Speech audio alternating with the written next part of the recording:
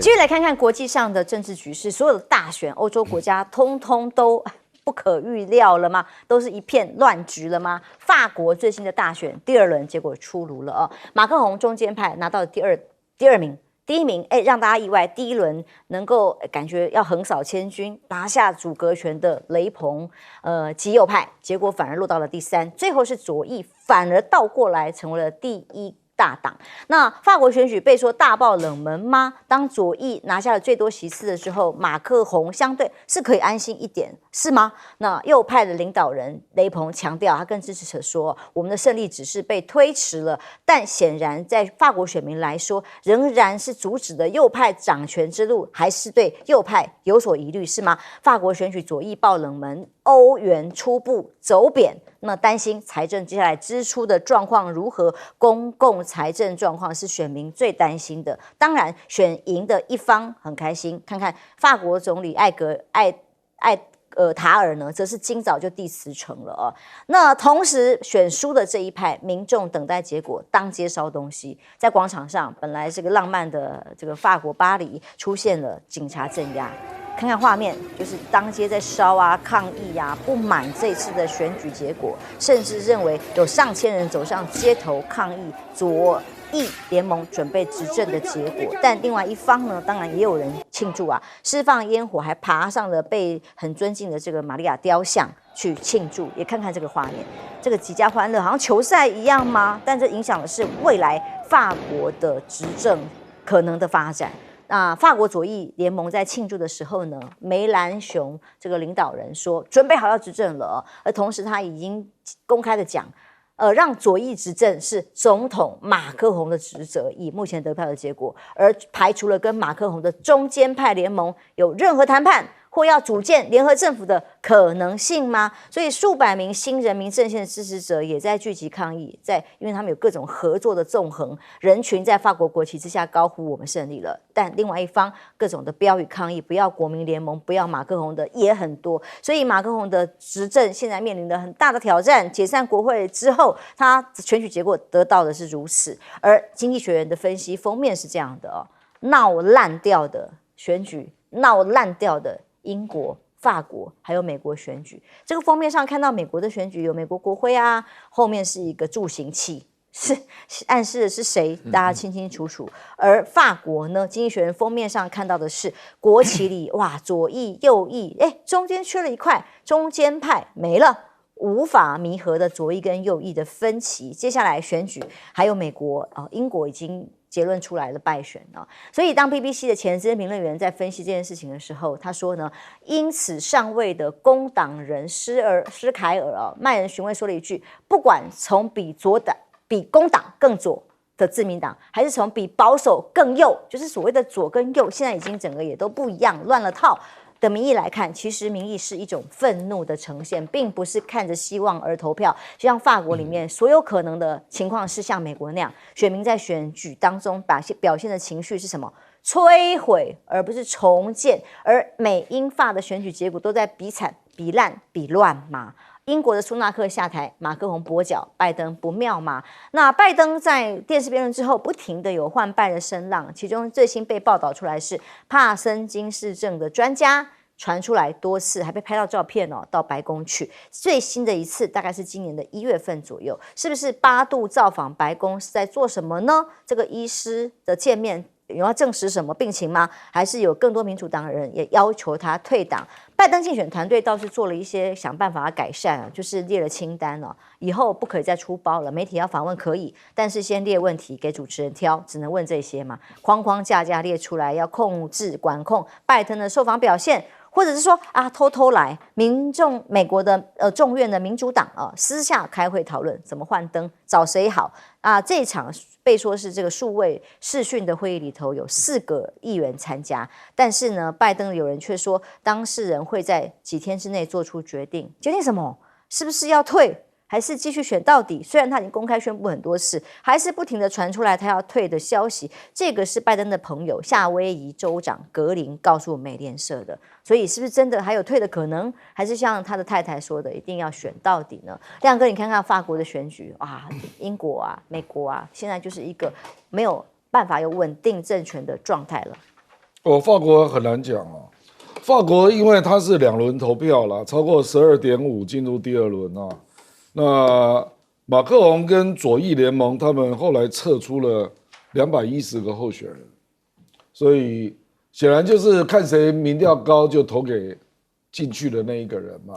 那左翼联盟比较多嘛，所以等于是马克龙的很多选民就投给左翼联盟，让步了。对，所以是左翼联盟当总理没有错啦，可是马克龙的人还是会入阁啊，所以我觉得这个是中间偏左，加上左翼联盟联合组阁啦，所以我觉得这个不能够说他大败了，不能这样讲啊，他事实上是策略成功，不然那个极右翼很可能是第一大党。如果是这样的话更惨。极右翼第一大党，如果他没有撤出210个，极右翼真的很可能是第一大党。没错。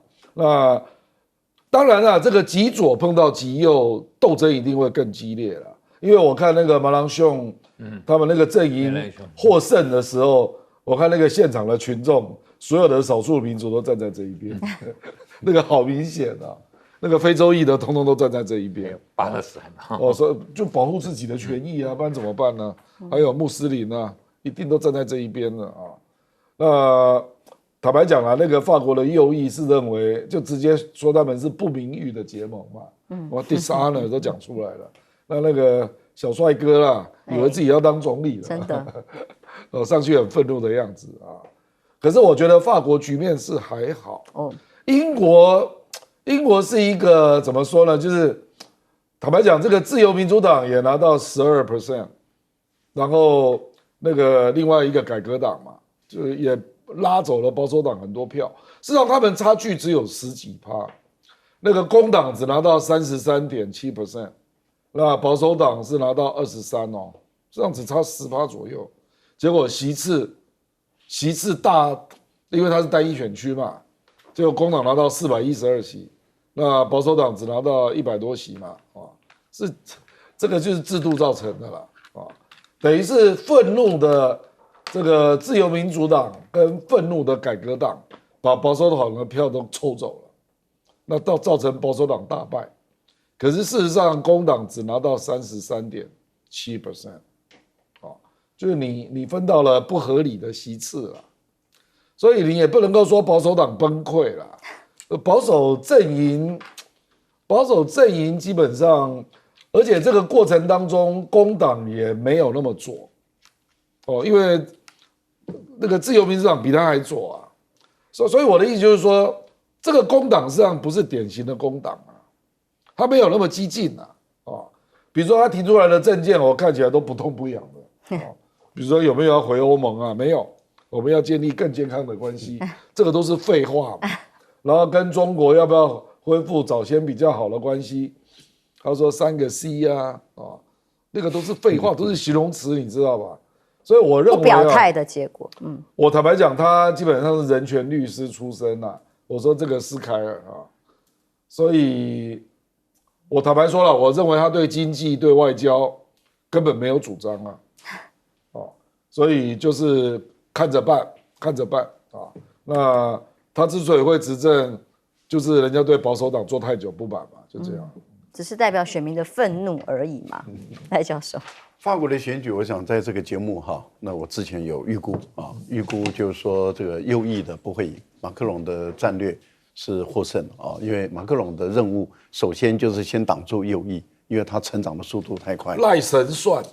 我不是神算，是因为我留学法国，对法国、欧洲他们的体制还有他们的这种民族性结盟模式对，比他有一个了解了所以那时候的估计就是说，马克龙的战略已经出来了，很明显。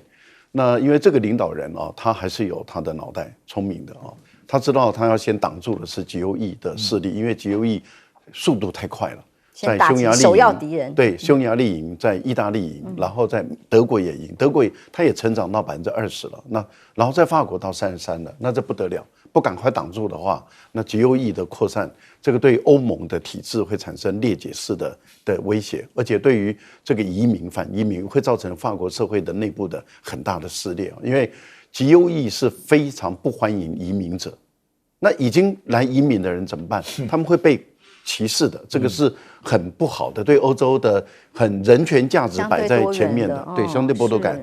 所以对于他的第一任务就是先挡住极右翼，接着才是考虑那他的政府该怎么办。可是法国的政治有个传统，就是左右是对抗的，是彼此之间不是左派执政就是右派执政，然后你可以是泛左，你也可以是泛右，但是是左右是对抗的。马克龙上来的时候，就是因为由于不管左派执政，就是从密特朗卸任之后，法国的政治就整个就一筹莫展了。也就是说，右派执政过，左派执政过，但是不断的轮流执政中都没有办法解决法国的问题，所以人民已经对左右已经厌恶到极点。这个就好像美国对建制派，不管是民主党或是共和党，因为美国没有所谓的左派右派的问题，它只有这个建制派跟非建制派，所以才会有特朗普的一个空间嘛。特朗普就应而生，但是后来特朗普也让美国人民痛苦嘛，受到惊也失望了，对，受到惊吓了。同样的道理，也就是因为对左右的这样的一个不断的执政厌恶了以后，所以才给马克龙中间的这样一个机会。马克龙上来的时候，刚开始法国人确实是有期待的，可是马克龙往右倾的时候就得罪了左翼，往左倾的时候就得罪右翼。所以他想两边讨好，结果弄到最后是两边都不讨好，而且两边都讨厌，而更讨厌的是左翼，更讨厌马克龙，因为马克龙本来是比他亲左的，结果他往右的时候呢，左翼的人对他的厌恶感上升到非常高的高度。现在对马克龙来讲，他最痛苦、最麻烦的地方在哪里？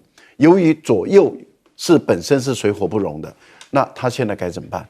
他现在因为按照宪法的精神，法律没有明文规定哦。按照宪法的精神，他应该要让这个最大党左翼来执政。可是左翼他的主张，他的很多的选民主张，尤其是极左的选民主张要完全执政，怎么可能呢？可是他拒绝跟马克龙联合执政那种，所以这个就是马克龙现在最痛苦的。他如果提名第二大党的话，他就有违宪的精神的嫌疑，所以他只能提名第一大党，而第一大党他又没有超过绝对多数，对啊，所以一定会形成联合政府的一个情况。我觉得目前的乱还要继续再乱下去。我的看法是这样：现在美国也好，英国也好，法国也好，德国也好，都出现民主政治制度当初设计中的弊病都呈现出来了，僵局。民主设计的不完善，其实都已经呈现出来。其实台湾是人类间的奇葩，你无法理解台湾的民众，一个民调支持度如此低的人，竟然可以继续执政，了不起林老了不起杨老师，我看看美国呢。那么虽然拜登一直喊着说他不会退选啦，可是现在大家都传他要退。我想就是今天看刚才讲英国，包括这个法国的选举啊，然后之前我们看到在印度的选举也好，在这个南非的选举，其实今年除了台湾之外，少数对执政党都不利。就大家都不是说一定要说好像右派兴起了，可是也有像左派继续执政的，比如墨西哥就是嘛但是就是对执政党来讲，基本上大部分都是有些反弹，所以美国的状况就是今天你拜登这个样子老太，你今天叫我们年轻人，像民主党的重要的一个选民的基础里头，除了女性他们有个叫做 gender gap， 就女性的大概投票给民主党会超过投给共和党，大概接近10%那年轻的超20几%，特别是大学生有大学学历的或者读大学的，那个比例差20-30%都有的可是呢，现在年轻人如果因为这个巴勒斯坦的议题，因为拜登这样老迈的议题不出来投票，那就麻烦了民主党就麻烦，那就是川普就坐在那边，反正他有他的这个铁粉，一定还是会出来投他，他不需要中间选民了，他也不需要年轻人一定要来支持他。虽然年轻人没有大学学历的支持川普的最近新的民调是增加很多所以假使没有大学学历的都出来投川普，有大学学历因为讨厌拜登不出来投，那这个差距就会拉大。所以我相信民主党是有一些危机感，所以才会有一些众议员已经出来表态了。但是拜登也抓了几个州长出来，而且这些州长是更比众议员更有可能成为挑战拜登的这个人选，他都把他们安抚了。那我觉得就不知道，就是包括还有一些参议员到现在没有表态，只有1、2个表态，但是也没有说要求他下来说表示担忧。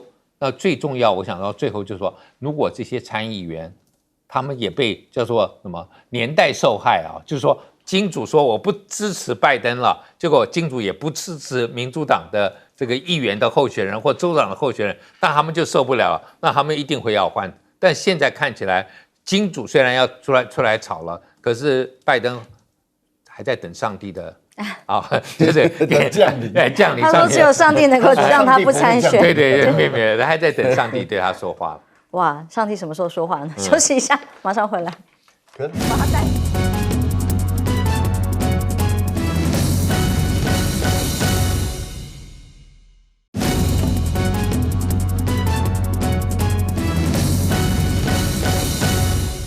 这好像不是新闻，但我每次看到都会觉得心惊，因为波音又出事情了，连续2架都是波音的737的飞机机型7号到日本关岛出现状况，那737从中部的国际机场飞到这个关岛的联合航空里头，飞行过程发现系统故障，警示赶快折返，有44名乘客，6名机组员应该吓坏。另外一个意外是在关岛飞往成田机场的联合航空一样840号这个班机出现意外这个惊异飞机这个飞翼里面出现问题，要宣告紧急状况降落。所以波音是到底出了什么状况？很多各种的吹哨者提出了疑虑，例如这个是不是零件的使用安全的系统出了问题？但又有一个新的爆料，吹哨者说公司用报废零件吗？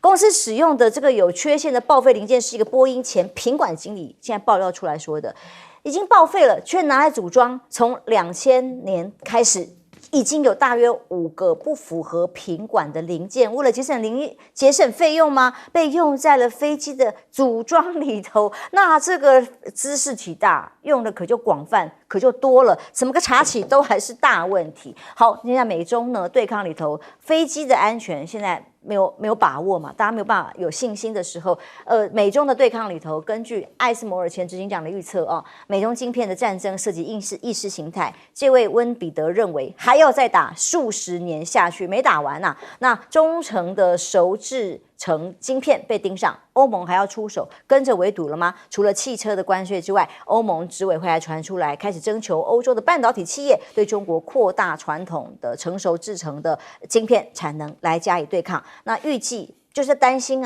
防止大批中国成熟制成晶片涌入欧洲市场吗？路透社甚至报道欧盟展开的调查范围会超过美国商务部更多，向美国公司发送的安全调查的范围。消息人士说，这相关的主要晶片使用的2项资源调查，预计9月就要回收。是会加大力道，加大到什么程度？外界正在观察。但看看俄乌战、中欧贸易战里头，出现了一个比较意外的场景，这位是奥班，匈牙利的总理，已经一早抵达了中国大陆，由华春莹来接机。这个告诉大家，这个推特形容的叫做和平任务3.0吗？无预警的突然到访了中国大陆，还跟习近平沟通。那么很多的外界的理解都是认为，他上个礼拜才默默的没有预警的去过了俄罗斯，去过了乌克兰，是不是就针对大家关心的和平俄乌战争有可能停火有关的议题吗？那当然，这个和平使者，所谓和平使命，这是第3次突然出访，有没有可能往这个方向来迈进？这个是一早呢，在中国外交部7月8号早上公布消息之后，大家都在热搜上面的这个内容说，都在搜寻匈牙利总理奥班访华的消息。那甚至从什么6号匈牙利外交部就表示取消本来8号要去布达佩斯的行程，主要是因为匈牙利外长的日程也发生变化，而不是政治因素。那是什么因素呢？外长说他会见了全球最大的电动电池制造商宁德时代，也是跟中国有关。那么要给这个创始人呢，匈牙利正在尽一切的努力避免中欧贸易战。一方面欧盟说要再扩大晶片的制裁，但欧盟的做法跟匈牙利个别的国家其他国家不一定是一致的，所以呢他认为这是在磋商期间，我们一致认为欧盟这些征收惩罚性关税是非常糟糕的主意。所以匈牙利要走自己的路吗？亮哥，光看到波音的消息一宗接一宗，那所谓吹哨者的消息，真的是让消费者吓坏了。波音实在很难评论啊，广泛建议就是尽量不要做，就这样。会会不会很难避免啊？我就是你登机前先确认你的飞机是不是波音啊，就这样啊。几率蛮高的耶。这台湾个737，我他妈出问题，我上次还打到787，是不是梦幻班机？就是很容易碰到了。说实在，因为尤其是台湾呐，那台湾政府基本上是美国控制的嘛，所以你上次又加买了28架。是啊。即使华航人员有不同意见，其实最近有关欧盟的新闻啊，我觉得渗水的成分很高了。因为他自己都不知道能不能继续成为一个有效的决策机构所以都是杂七杂八的人在讲话，带风向的概念吗？也不一定能落实啊。就好比现在那个电动车的关税啊，是，到现在又说4个月再见真章，就是这样啊。那而且更何况这个成熟制程晶片，欧洲的立场是怎样，现在也没人知道啊。那现在只是要展开调查而已啊。你去看欧洲有关那个华为的4G吧，说要排除啊。那4G到现在，你去看欧洲各国是不是还是用华为的4G？荷兰超过60%，德国将近50%。你看他们讨论多久了？我看讨论2年以上啊。欧盟啊，一天到晚在讨论华为啊，那你的感觉好像已经近了吧？那结果各国都还是很多都在用华为啊。所以欧盟这种单位根本跟废物差不多了啊！讨论2年了没有决策啊，大家就还在这边搓着，那还要去符合各国的决议。所以坦白讲，有关欧盟的消息我都是看一看就好了，因为它形成有效的决策真的很少见啊。决策了也不见得有约束力。就比如说这个奥班啊，奥班怎么可以去访问俄罗斯又访问中国呢？是你只是轮值主席耶。你不是欧洲理事会主席耶，欧洲理事会主席是那个米歇尔嘛？你怎么可以这样做呢？我就是干啊！你要怎样？他就去了啊，而且他违反欧盟的规定去访问普京呢。那你可以把匈牙利开除吗？不行啊，他不照样在走来走去啊？那他为什么要去中国？因为他小孩玩大车嘛，因为泽伦斯基说欢迎第三国来斡旋和平啊，那匈牙利就说我来，那结果去发现普京没有给什么好消息啊，普京说我看不出乌克兰想停战啊，所以他等于是没有达成效果嘛，所以他只好再来访问中国啊，表示我要结合中国一起来斡旋和平啊，这个就是基本上都在玩政治啊。玩政治玩到后面这个增加奥班的声望啊，就这样啊。那因为中国大陆最近也刚访问了匈牙利嘛，所以对匈牙利总理来访还是会接待嘛。可是我的感觉就是欧本自己在玩政治了。那欧洲现在充满了这一类的行为啦，那没有一个行为是得到授权的，就这样啊。所以你就看人觉得。这个反正俄罗斯也跟你见个面吧，因为匈牙利向来比较亲俄罗斯嘛，你要来我就见你啊，可是这也是一号人物啦，他在匈牙利执政多久了，就都打不死啊，不是吗？所以你多少还是要跟他打交道，就跟那个土耳其的埃尔多安一样，就是这样。那2个人都喜欢玩大车啊，就是这样啊。那可能问题就在于，那欧盟谁说了算？现在奥班去，有可能促成真正的和平吗？欧盟的一个体制，我们通常都叫3驾马车了啊。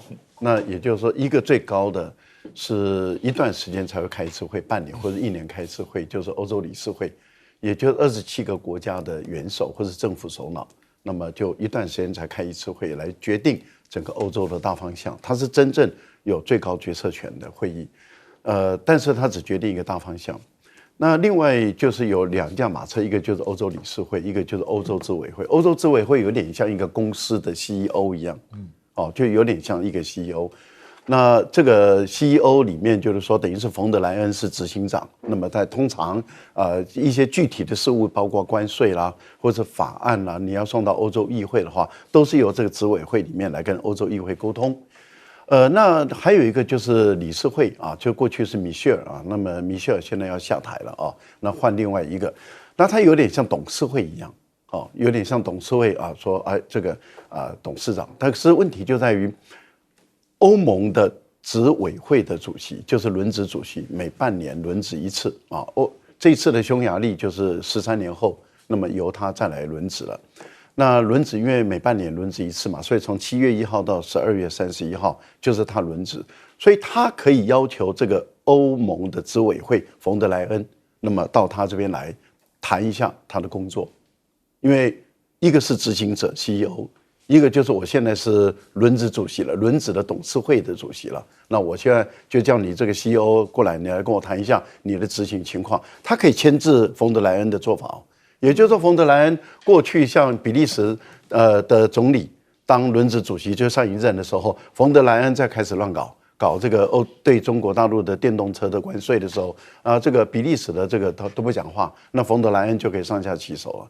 可是现在欧尔班他可以讲话了，他可以说，对，他会牵制住说你为什么要这样搞？你有没有经过这个电动车的工会的提议？没有，那你为什么可以这样做？那这个而且他出来发言的时候，所有的记者都会问他，因为他是轮值主席，那他就会牵制住这个冯德莱恩了。你看现在他的情况是，他了解欧洲人现在对于俄乌战争的厌恶。因为欧洲人实在是很希望停战，可是又没有办法停战。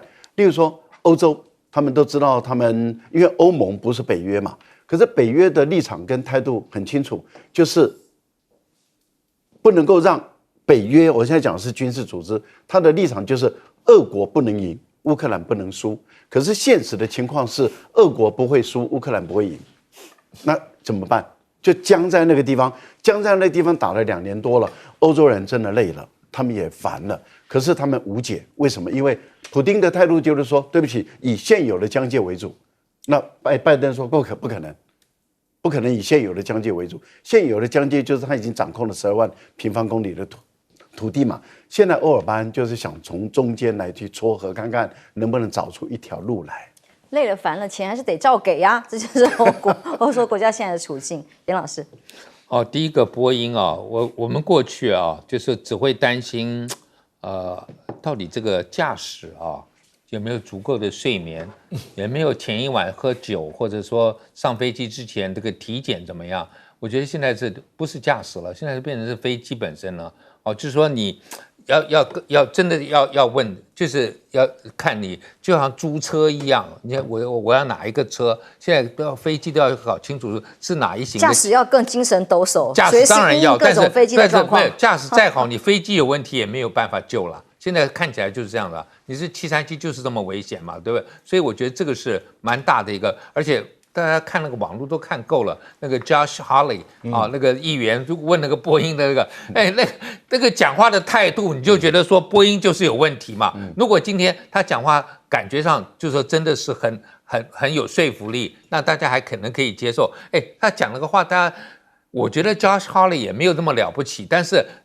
这个波音的这个 CEO 就让他觉得说，哇，大家觉得他是英雄一样，把这个波音所有的问题都弄出来。美国不是只有波音啊，美国很多公司啊，最近包括我们最熟的这个农具机器，那个 John Deere， 那个也开始又删掉很多人，是不是也是都有问题？就是美国的这一套。一直是让他们的 CEO 把这个股票给冲高，然后大家分这个钱，然后一般的那个工程师也好。或者一般的这个飞行的，并没有获得他得到该有的好处。那我觉得这个的结果就是到处在 cut corner， 到处在偷工减料，那就是捡的钱，那就是大家所有老百姓的安全嘛。所以我觉得波音确实要好好的调查。那匈牙利的情形，我觉得就是大陆啊总是会在欧盟里头找到一个破口。就是你反正欧盟常常有很多重大的问题啊，像当年我们台湾也有找到破口，我们的破口就是捷克嘛，对不对？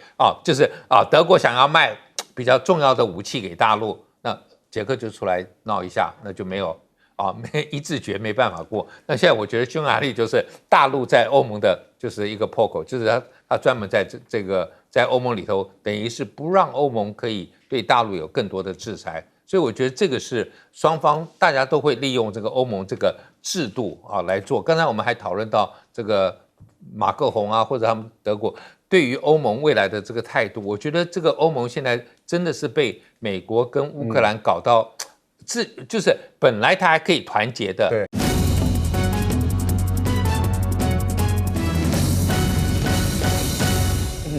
观众平安，欢迎收看 TBS 新闻大白话。继续这一集来跟我们讨论最新国际话题的来宾，耶鲁政治学博士郭正亮亮哥，大家平安。国际政治专家赖岳乾老师，主持人好，观众朋友大家好。政大国关中心兼任研究员严正声老师。主持人好，各位观众大家好。当然，台湾现在在一个形容词是乱嘛，包括了今天早上有枪击案呐，有郑文灿被收押啦，然后立法院很乱啊，台湾的经济各方面的问题没有人管呐。那原来台湾的经济议题，跟某些人眼光看起来是不一样的。这位是财经大佬谢金河，谢金河说，台湾钱是淹到天花板，当然今天台股又涨可能是他真的钱淹到天花板，所以全靠 AI。谢金河还盘点今年的表现，两岸关系越差越不好，钱回台湾越多，台湾现在已经转大人了，所以央行的汇率政策区间可以扩大，企业更有弹性。所以，用心良苦，原来赖清德总统是为了让钱通通回台湾，才把两岸关系搞成这样吗？来看看陆委会陆委会。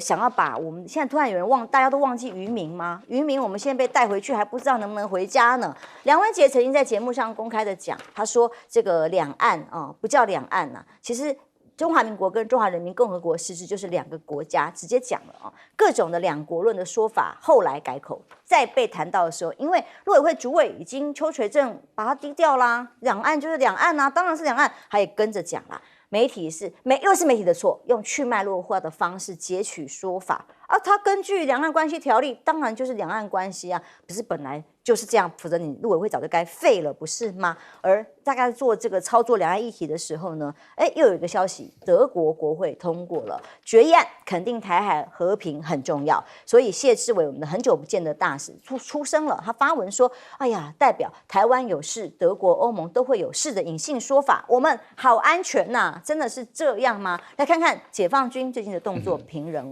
在自由时报的报道里出现的是怎么样？中国海警船陆续连日在海上出现对峙啦，你退我追各种追逐战，当然最惨的都是渔民。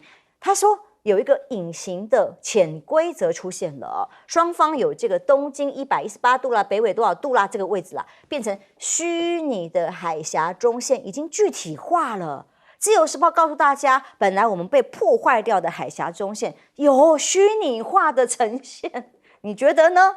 然后再来对照一下好了，中国的科考船加更号到了我们东部的海域海巡，这个是脸书粉专台湾 IDIZ 的这个粉专所报道出来的消息。他说一度这个船还进到了我们24海里的临街区，距离宜兰乌石大概只有20海里，海巡署台东舰在旁边监控，广播区里已经越来越近了，还有什么中线的具体化吗？或者甚至空中好了，空中除了一直不断的几十架的在台湾的上空，这个军方人士透露的消息是12号到13号这2天，解放军更是首度出动的2架侦打1点体的所谓的无人机双尾蝎，在我们东部东部这边的海域也进行不同空层的绕飞，这样的这个行动让相关的人士都忧心说，意味中共解放军多架次无人机对台作战模式正在启动当中，也就是空海各种的模式在交叉的组合的时候，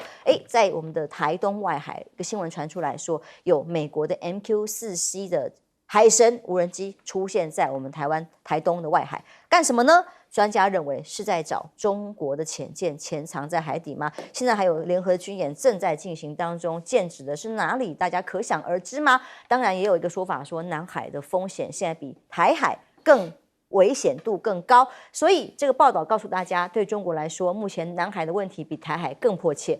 美中会在南海互相角力，专注在让解放军在南海享有控制的优势，难道不能同时兼顾吗？当然，为了要抗衡，这个新闻又是以菲律宾跟日本签署合约来签订如何来抗衡中国大陆。所以法新社报道，共同的8号签订的重要的防御协定，证实未来将允许在彼此的领土上部署军队。美国不用出手啊，让小老弟日本去帮菲律宾就好了吗？驻菲律宾的大使日本的那个远藤和也说，日菲两国谈判关于防卫安全事务的相互准入协定已经接近尾声。我们看一下，相对于菲律宾指控中国海警啊怪兽船恫吓啊，那美国媒体批评大欺小啊，他呼吁是什么？呼吁美国挺身而出。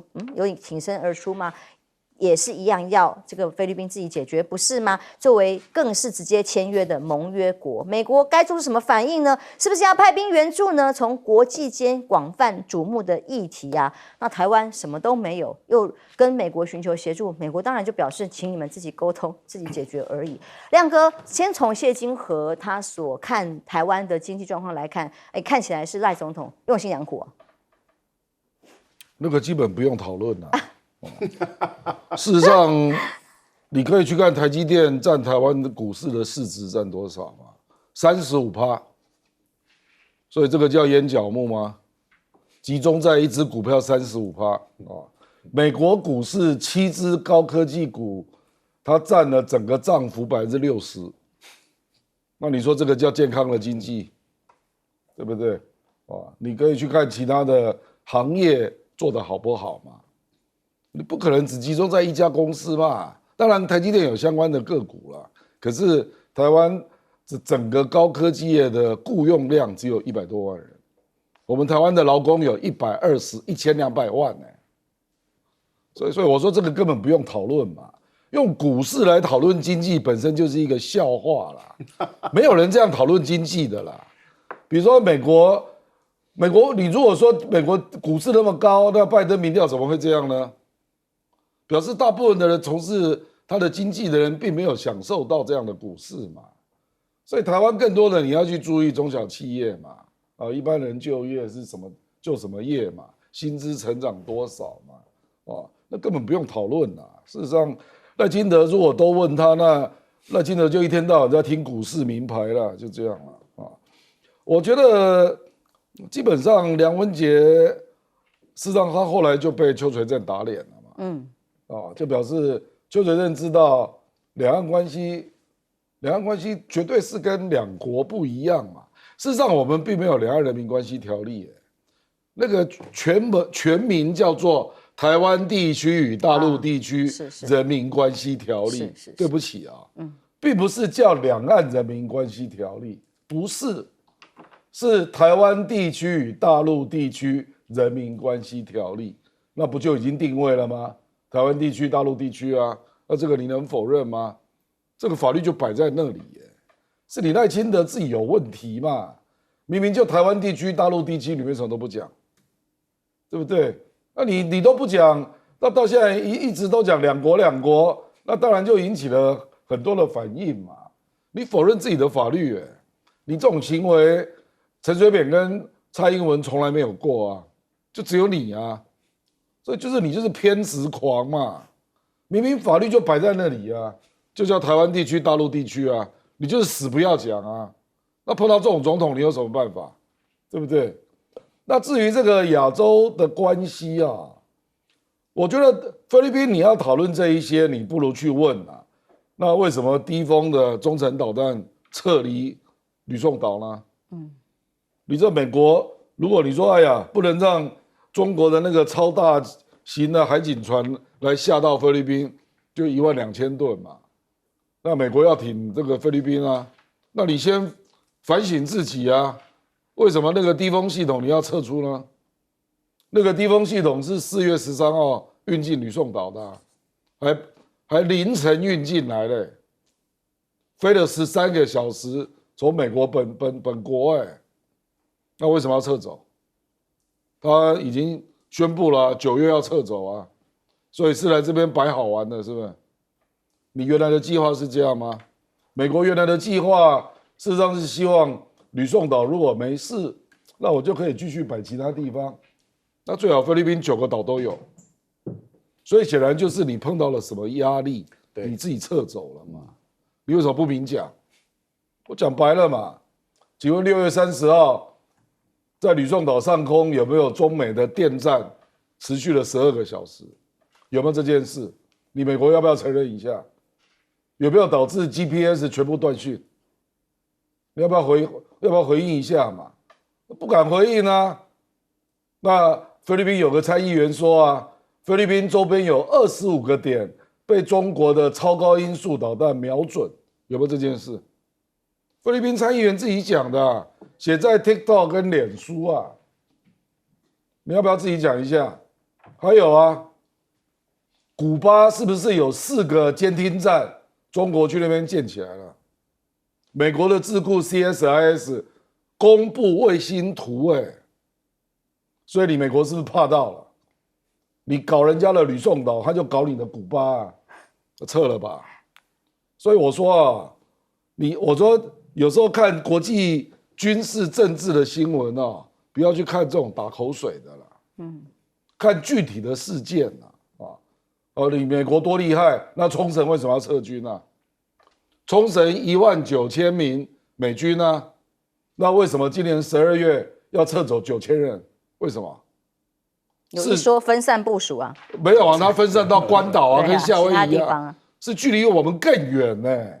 你如果在第一岛链要帮台湾作战，要帮菲律宾作战，那怎么是撤到关岛、撤到夏威夷呢？对不对？你应该是从关岛再搬到这里才对啊。所以我是觉得有些事情用吹牛的没有用啊，看你实际做了什么啦。赖教授，像好吧，这个台湾跟大陆中间是不是出现了海峡中线？具体化，这个是自由时报根据最近这个各种飞航的经验得到的结论。没有海峡中线了啦。那个大陆已经取得对于台湾的所有的活动的主动权了。坦白说就是这样的，不管是海上的、水下的，甚至空中的。我觉得大陆把整个主动权都抓在手中了，所以大陆现在的各类型的战机想进来就进来，想怎么练打就怎么练打。全世界没有一个地方，我研究战史，我还没看过有一个地方啊，就是对方可以在我们台湾的现地，就是可以在一个战区的一个现地进行各种打法的演练，这个从来没有过啦，因为这种对于大陆解放军是绝对有利的。它的不管什么样的类型的军舰，什么类型的战机，都可以进入台湾的海域、空域进行怎么练怎么打。这个对于解放军的战力的提升，那是非常的高的。而且当它的战力一直提升的时候，就代表说它的耗损率是很低的，也就是说它降低它的伤亡，获得更大的一个作战的一个成长。这个是一个坦白说，整个空间、整个主动权都被中国大陆掌握了。民进党当局是没有主动权的，它的空间是萎缩到它几乎没有多少个空间可以用。海巡是如此，海军也是如此，空军也是如此。其实陆军的这种打法对台军来讲也是如此。所以我个人是认为，蔡英文当局从他的这个裴洛西来台湾一直到现在，把所有的筹码都用光了，没有了。再也没有筹码了。你说那些外国人来台湾根本毫无用处。好，讲到这里的时候，其实在南海那是主权的问题了，台海也是主权的问题，大陆这边是没有任何退让的空间。所以我觉得，不管你美国怎么做动作，日本怎么做动作啊，演来演去，菲律宾怎么做，其实根本没有空间。没有空间的情形下，美国其实经过这段时间的较量，他很清楚的知道。大陆采用的战略很明白了，就是战略就藐视你，战略藐视你就是说我随时可以跟你打，战术上重视你，就是说我在每个区域我都保持绝对的优势。所以在南海，中国大陆的军力面对美菲，不管你美国拉哪些盟国进来，中国大陆都是以绝对的优势来打你，美国没有任何赢的空间。所以当这个美国的自己的官方的媒体啊，就是自由亚洲，其实也大家都知道是政府养的媒体嘛啊。政府养的媒体在那边讲说啊，中国大陆以大欺小的时候，其实以大欺小，美国是当之无愧。